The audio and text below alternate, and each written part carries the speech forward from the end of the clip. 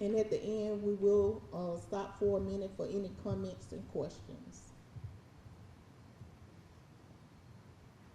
Our focus is investing in our future by developing every student. The mission of the Greenwood LaFleur Consolidated School District. The mission of the Greenwood LaFleur Consolidated School District is to unify, educate, and prepare all students for college and career by providing a high-quality learning experience. The vision, a community united to improve the quality of life through education.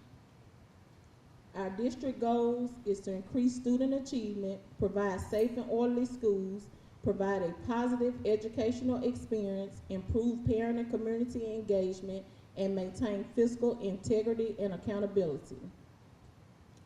Our MAEP funding for 2023-2024, our base allocation is $20,543,421.50. Our district maintenance, and the breakdown for this is because we have different programs like our SPED program, our at-risk, which is our security officers, the alternative school, and Voc Ed, that we utilize this money. So district maintenance is our teachers, our teacher assistants, that we get the funding for our students, which is we're gonna allocate $15,459,515.28 to our district maintenance. Our special education is $3,196,864.92. Our at-risk is $569,506.36.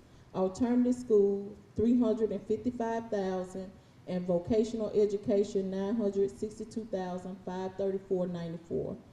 MAEP, which is our Mississippi Adequate Education Program, allocations are received monthly. Funds are budgeted for add-on programs which are required for the district to function. The purpose of MAEP is to ensure that every Mississippi child, regardless of where he or she lives, is afforded an adequate educational opportunity as defined by the state accountability system.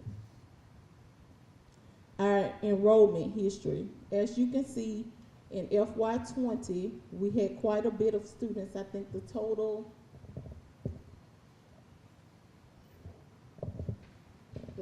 for FY20 was 4,729. In 21, we had 4,317. 22, we had 4,111. And in FY23, we had 4,029 students. These are our sources of revenue. Federal, we have Title 1, 2, 3, 4, and 5, ESSER 2, ARC ESSER, ARC Homeless, Vocational, School Lunch Program, USDA Commodities, IDEA Part B, IDEA Preschool, ARC IDEA. We have our grant with Delta Health Alliance. We have our grant with Gear Up, and we have restricted and unrestricted grants that come through the State Department. And our federal local revenues is our Avalon taxes, our severance. We get our athletic gate and concession receipts, other student activities, our earned interest, miscellaneous revenue, and our school lunch sales. The state revenues consist of our MAEP funding, our teacher pay raise, Early Learning Collaborative, Educational Enhancement Fund, Homestead Reimbursement, Educable Child. We do get vocational funds that are state, and we get money with food service that is also state. Our Avalon tax request. Our Avalon tax request this year was based off of it was no increase, but if the millage increase is because we did have new property in the area. So we don't assess the millage, the county does it. The district requests a specific amount of support and does not set millage. Request that the LaFleur County Board of Supervisors levy a millage rate that will generate the total proposed Avalon tax revenues of $12,320,583. The final millage rate will be higher or lower based on final assessed valuation and a homestead exemption. The revenues and expenditures for this fiscal year, FY 2023 to 2024, our total revenues is 104,115,475.02, and our expenditures is 92,02493.20. It is the goal of the district to achieve and maintain an unassigned fund balance in fiscal year end of not less than 7% of the general revenue fund. But we hope to have one higher than that. We're gonna aim for 10, but you know, at a minimum, we're trying to stay at that 7% that's required by MDE. So at this time, I open the floor for any questions and comments that anyone that's here may have.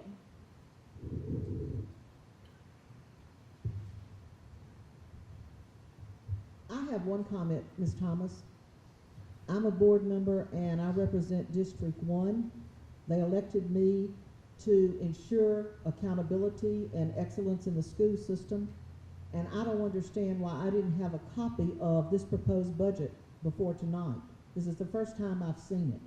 And when I requested by email why we didn't have that copy, I get a response from Dr. Bailey to look at a previous email that there would not be a need for any document since it wasn't a board meeting, and Dr. Bailey answers for Mr. Brooks. What he failed to see is that I was not a recipient in the replies to those emails, even though I am on the board. It's offensive, and the public needs to know.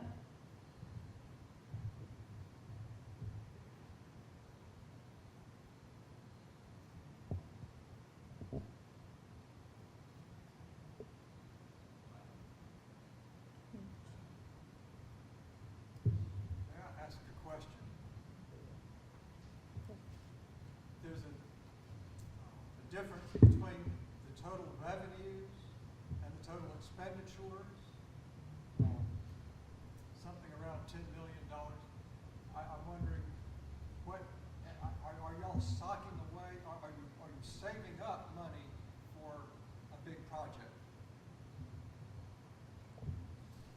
Well, to answer your question, for one, just because we have the revenue, it is a state requirement that just because we have it, we don't spend it. But it is a lot of things that our district needs that we are trying to prepare ourselves to purchase for our students. So yes. Ms. Thomas, if at all possible, could you go back to that slide for which he's referring, our guest is referring? Okay. Does that help you? Sure does. Okay. You've currently got a budget of about $25,000 per child, which has gone up over the last 4 years quite a bit. Why do you need anything at all right now? What do you mean? Because we didn't request an increase in taxes, if that's what you're asking. You've not requested an increase? No, sir. If we get an increase, it's because of the valuation of the land. We had new property. So if it's an increase, it's because of the new property, but it's not an increase because we are requesting an increase, no. Did y'all request an increase last year? Last year, yes, it was a 2% increase that was requested. I was under the impression that was going to take place again this year. No, sir. But it's not. No, Okay. sir.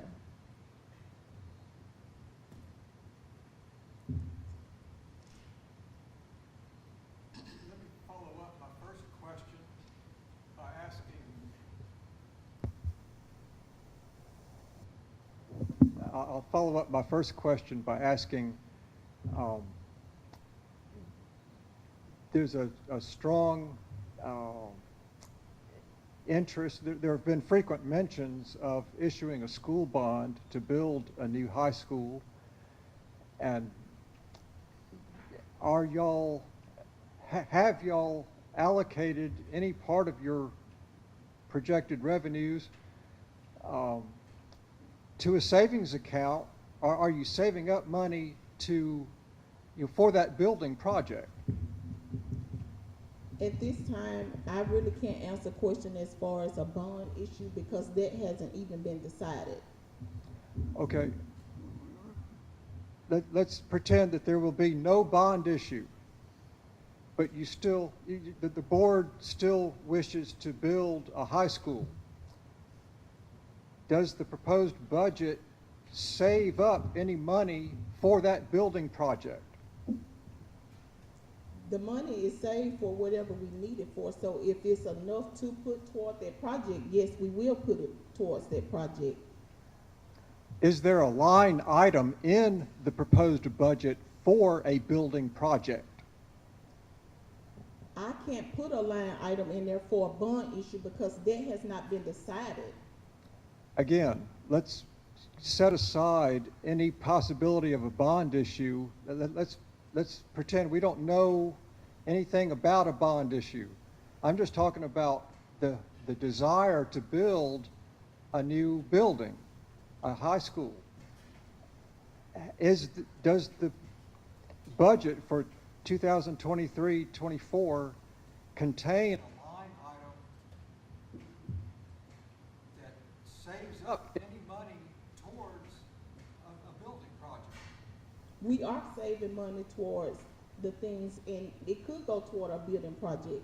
That's why we are trying to cut back as much as we can. As you can see, our expenditures does not exceed our revenues. And I'm certainly glad to see that. But is there any part of that savings designated for a building project? You said that it could be used for anything. I'm asking, is it designated for a building project? It's not really designated for anything right now. It's designated for cushion for if something happens. We could come in here tomorrow and this building could be flooded. So it's for whatever we need cushion for the things that we have to do so that we can provide a cohesive learning environment for students. Okay. Thank you. What about the COVID funds? Can you tell us where that went, and can any of that be spent on building? It cannot be spent toward building a school. It can only be for certain things like HVAC. It's certain things that we could use for that, but not to build a school. Where did all that money go? Sir, I came in 2021, and they were receiving that money before then. It's going into the schools to help repair the schools so that the kids will be able to have heat, air, and other things that's needed, renovations on the restrooms. I mean, it's a lot of things that has been done with that money, and we'll still continue to do. So you still have COVID money available for? Yes, sir. Can you elaborate on how much?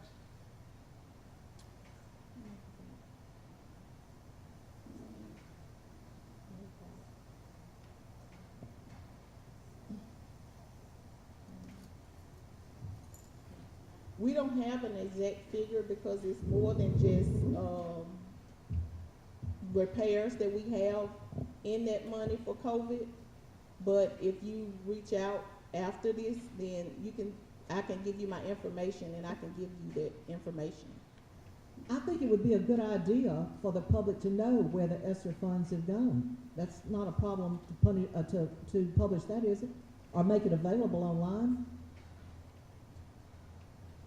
It is available online. MCAS is a public information system through MEE, and any constituent can go online to the Ms. House, can you please grab the mic, please? Thank you.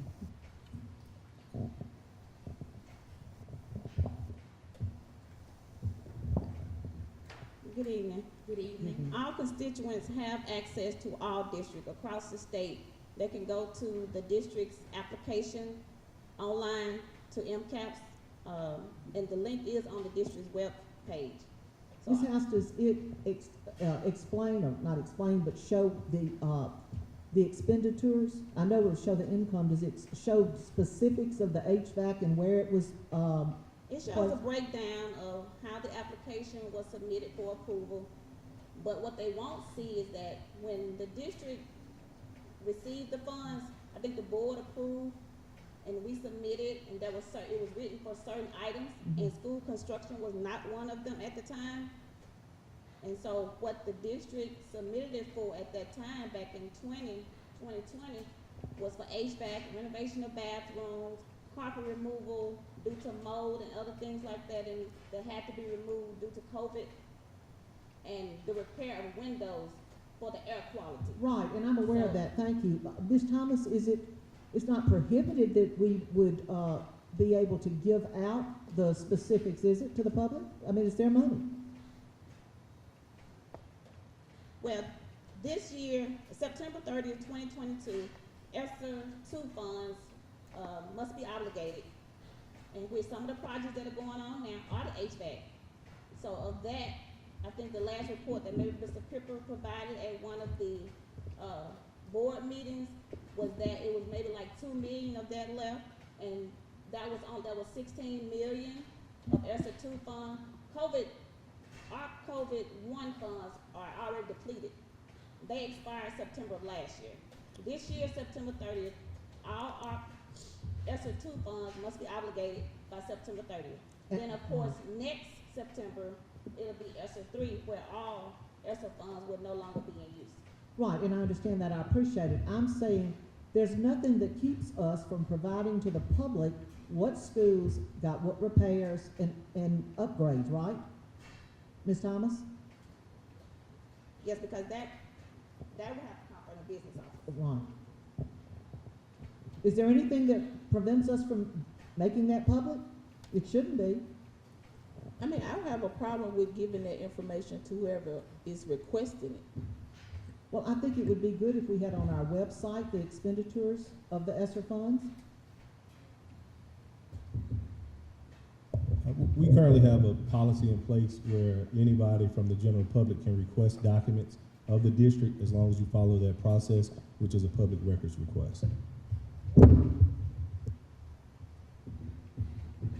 I have a new question. You showed us slides that state the local revenues constitute 23% of the budget, and state revenue makes up 28% of the budget. That's a total of 51%. Would you identify the source of the other 49? Okay, that's the federal. Thank you. Is that federal share of 49% of the budget a lot larger in the last 2 or 3 years than it has been, than it ever has been? Yes, Okay. and that's because of all the COVID money, the ESSERs and the ARP ESSERs. Okay. Ms. And- Thomas, excuse me, can you please clarify ARP? Can you please give us that? American Rescue Plan. Thank you.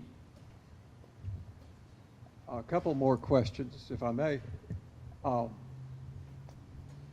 When the ARP and the ESSER funds, what we lump under the label of COVID money, when that runs out or when it expires, do you expect the federal share of the budget to drastically shrink? Yes, Okay. Would you be surprised if we taxpayers likewise expect our school district's budget to shrink next year or the year after? well, it will shrink some because a lot of those expenses that we have, that we're paying for out of those ESSER projects, we won't have those anymore. So, of course, we won't budget for those because we won't have the money to pay for those. All right. Thank you.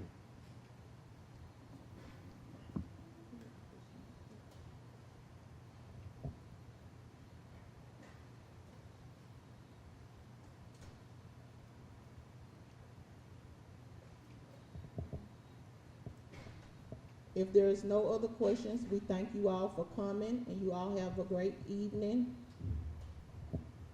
Thank you.